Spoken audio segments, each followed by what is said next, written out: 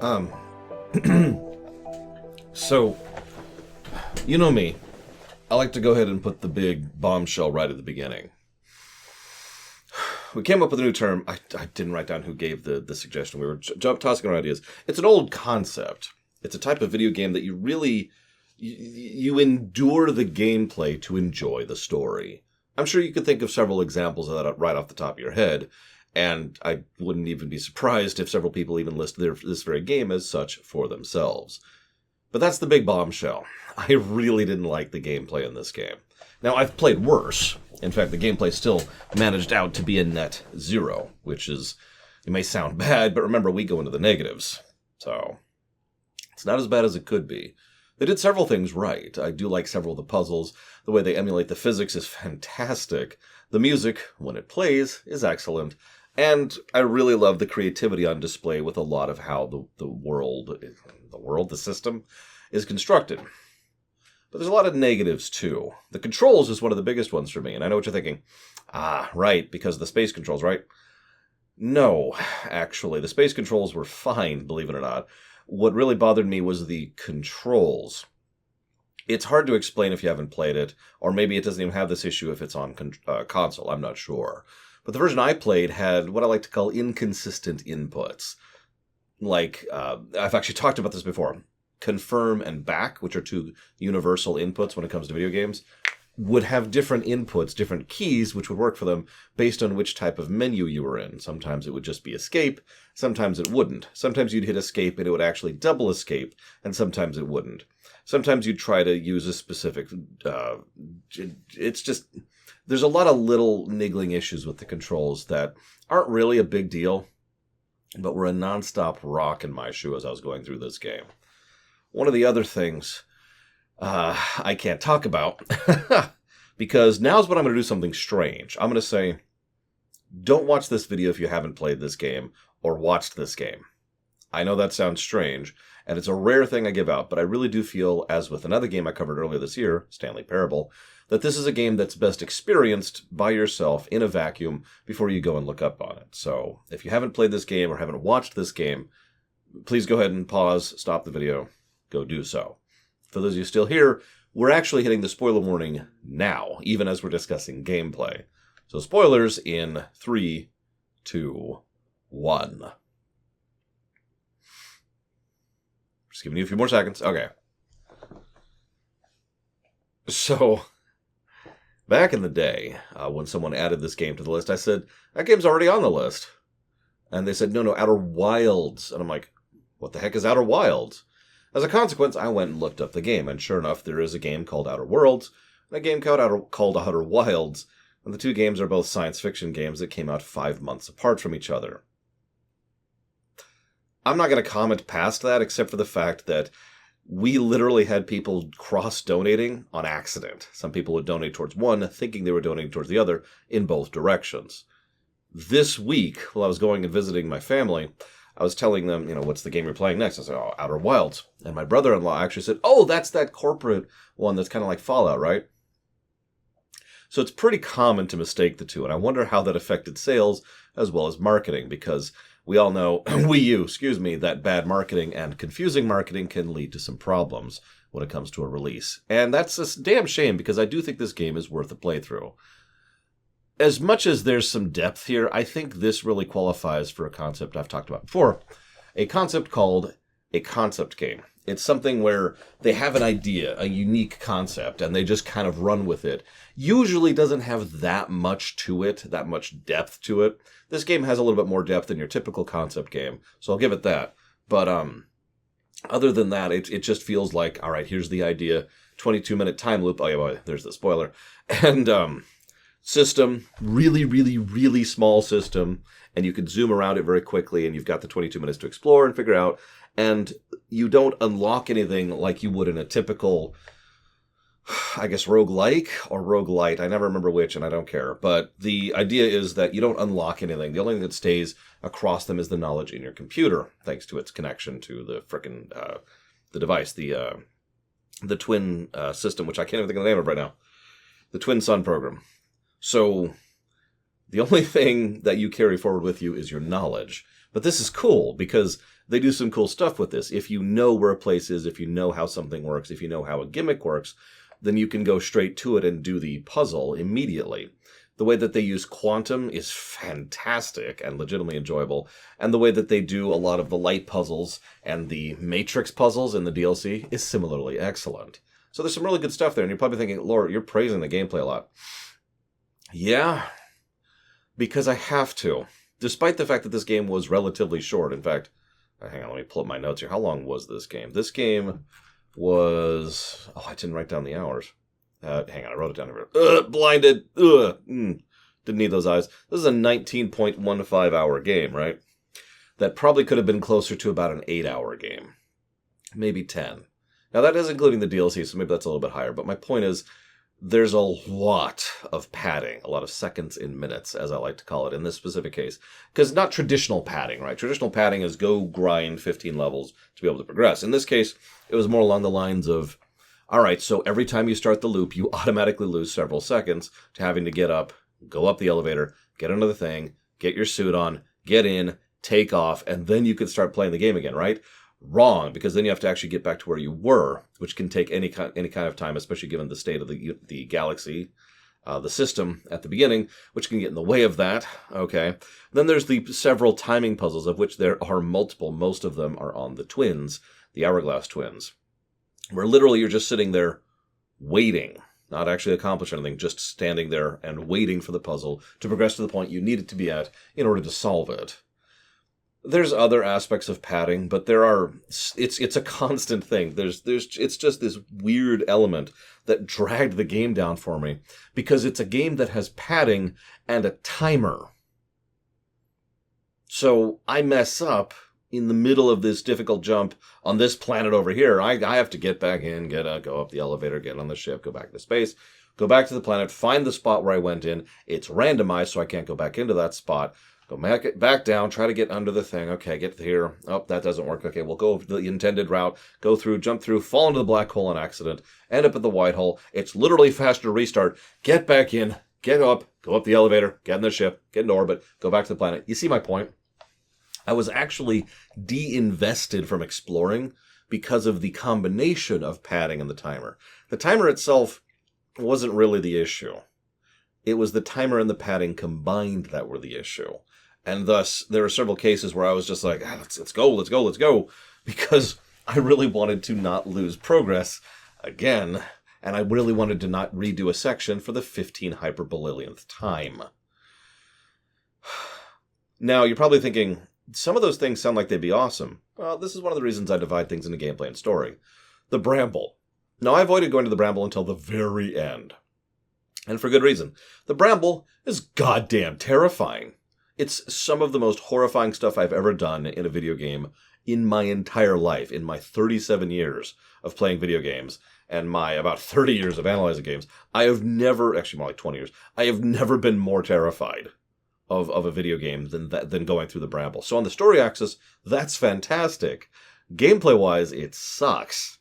First of all, you have to use a controller unless you're going to effectively cheat or glitch your way through them, because you need that analog input. Otherwise, you're just doing binary input, like on a keyboard, which means they will hear you, which means they will kill you. So that sucks. But the other problem, ignoring the obvious control issues, and yes, I know they say intended for a controller.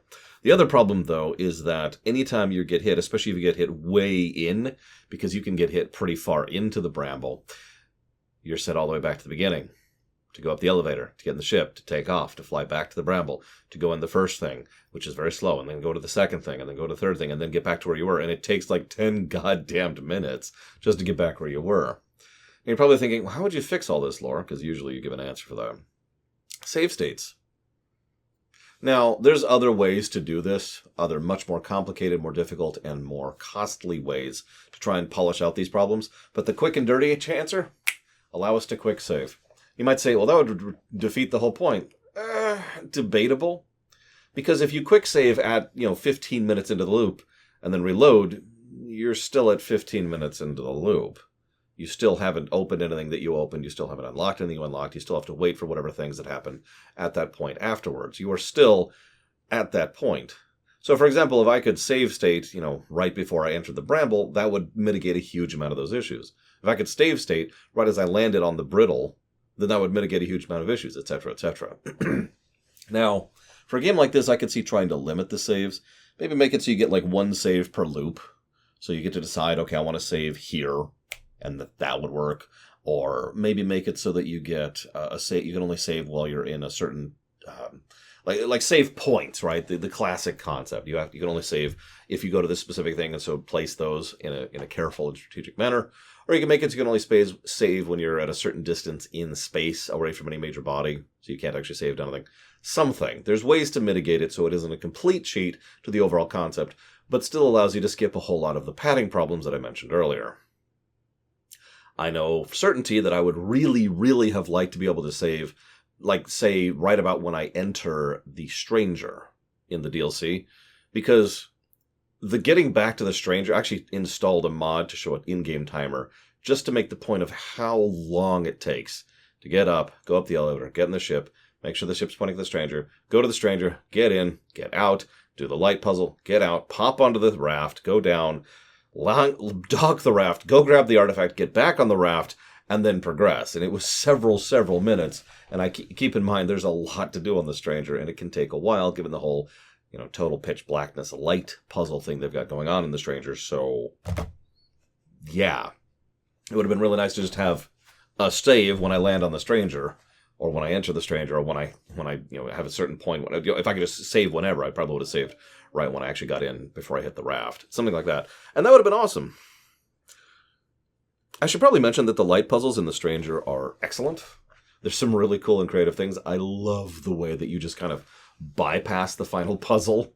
They had 3 locks, and they threw away 3 keys. So we just kind of break the system in order to bypass all the locks. That's cool. I love that final puzzle. It's the only individual puzzle I gave a +2 in the entire game. It was really cool. Unless you count the final puzzle, which I also gave a +2. And a negative, because of the aforementioned padding problem and lack of save state problem. And you could see why the gameplay score was 0. For everything they did right, they did something wrong. Literally. And that's why I say this isn't a game I endured, for the sake of the story. You're probably thinking, okay, Lord, you've spent too much time talking about the gameplay. Talk about the story. I don't have much to say about the story. Ironically, I know. So let me talk about what I do have to say about the story. First of all, visual presentation, audio presentation, fantastic. The reason that this is the whole 22 minutes thing is something I consider a spoiler, even though it's extremely common knowledge, is on the off chance that you have the ability to enjoy this game without knowing about the loop. That first supernova is incredible. I managed to see my first supernova from the moon, because we were just kind of roaming around, exploring, and just kind of doing the local thing, right? And that was awesome. Over the course of the game, I got to see the supernova from several other locations, including the Stranger, obviously, and down on the Twin Moons, and arguably on the Sun Station, but that's neither here nor there. But and on Brittle as well. But my personal favorite thing, and I'm actually curious of yours as well, my personal favorite supernova location is in the Giant's Deep, under the cloud cover. It's so horrifying, because what happens is you look up and the sun goes away originally. Like, the music plays, and this you know what the music means. The timers tick, click, and let's go. And finally, the music runs out, and everything goes almost pitch black. All the light coming from the sky, gone. And then, seconds later, there's a slow, low rumble you start to hear, and the sky starts to light up again. And then get brighter, and brighter, and brighter, until the supernova encompasses you, and you die. It's really messed up, and beautifully horrific. This game does a really good job of being horrifying. I mentioned the bramble earlier. Everything about Giant's Deep was just freaking me out, even though it's actually, in terms of sheer gameplay, a fairly safe place to go through. I was just like, whoa, the entire time. Brittle Hollow, despite the irritation on the gameplay side of the black hole and how that works, was just watching the pieces plummet away and being in the upside down city and trying not to plummet was awesome. I loved being on the twin planets with the sand slowly coming in and actually crushing you to death. The sound design of hearing the cracks of your suit and then that wet squish at the end. Everything about this game is incredibly horrifying. Especially its overall theme and outro. Now hang on, pause. I get the weird feeling with the wood punk aesthetic and the fact that they've got this whole campfire motif that they didn't really intend this game to be one of the most horrifying games I've ever played in my life. But it is. This is the big spoiler, really. For a decent chunk of the game, I was pretty certain that the Nomai were using this whole thing to make the sun go nova and blah, blah, blah. Then you get to the sun station and find out, nope. And that's a big reveal moment. And I was just kind of like, oh. Also, one of the earliest things I noticed, kind of completely by accident, was that the stars were going nova in the distance. And if you play through the game, the further into the cycle you are, the further into the timer you are, the less stars there are in the sky because they're literally exploding periodically in the background. It is the end of the universe. Everything is dying. There's children who you could play hide and seek with back on the planet you start on. I feel like I don't need to go further than that. I feel like that says all it needs to. For the overwhelming majority of the game, up to the outro actually, I assumed that the whole goal and the whole scope of getting the warp core and getting access to the eye was to stop all of this from happening. No, instead what we do is we go in, after the end, everything has been wiped out, the universe ends, and then we make a new one. Now, how you feel about that is entirely up to you. To me, that is extremely, in the traditional sense of the word, Lovecraftian. Uncaring horror is something I refer to that. Uncaring evil. Something that doesn't notice you as it's stepping on you. I mean, the entire nature of the ghost matter is exactly that. One of the biggest mysteries for me early on was why all these people were just suddenly dead with no logs or no indication that anything was wrong whatsoever. Everything was just completely fine, and there's people who died at tables as if they died suddenly and without warning. And this whole time I'm like, what the hell happened? It turns out there's just this asteroid that contained a lot of ghost matter, aka strange matter, please don't Google that just exploded and wiped out most of the people in the entire solar system instantly, killing them all, and they never even saw it coming. They just imagined, da-da-da-da-da, and then everyone's dead. That's uncaring horror right there. And you could say that it's a unique set of circumstance that led everything to happen the way that happened. But if you think about it, the implication is given that if a conscious observer doesn't enter the eye of the universe, no new universe is created. Which means the assholes, the owl people, who are the biggest dicks in the entire universe, almost ensured the end of everything because of their dickishness. Yes, I know they were afraid. I don't care. I just want to smack them. Just smack. Oh my God. Oh my God, we found out about the end of the universe. No, we must hide it so no one can ever find it again. And if they had just continued with that, if the prisoner hadn't come out and revealed that veil for a brief period of time, that would have been the end of everything. This is in addition to the obvious nonsense of the fact that they've been dead for hundreds of thousands of years. You know, when the dam breaks and puts that one thing underwater, yeah, they're all gone. That whole simulation is erased. Cool simulation idea, but I do love what they do with the simulation. It's a really, really cool idea. I actually kind of wish they really ran with more, because instead it feels like all these people made this big, huge, awesome, amazing simulation with all these cool rules in order to hang out and do nothing except hide out in the dark and hunt after people for some reason. I have no idea what they're on about. Maybe they're literally mad at this point? I don't know. It's really cool. It's very atmospheric. It's very horrifying. But it's a little bit too horrifying for me. Because at the end of the game, everything you did was, I don't want to say it was for nothing. But it kind of was for nothing. Everyone, everywhere, died. You failed. Screw you. And that is the overwhelming vibe I got from the ending.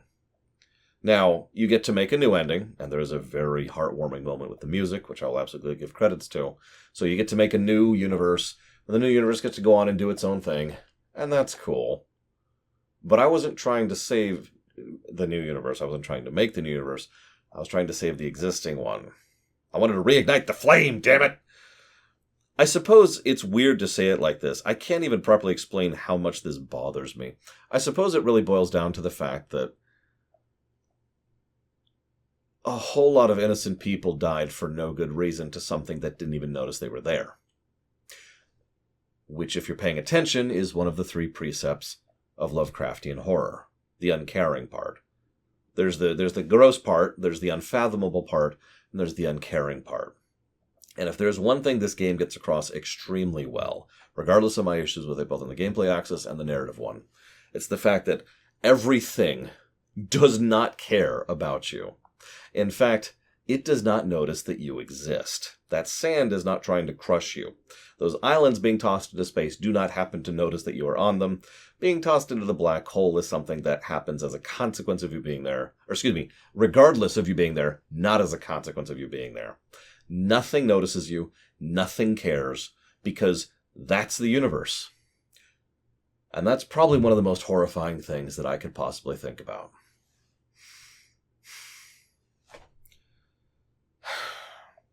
You know, I got a few more seconds here. I think I'm going to try one other thing. So let's try that again.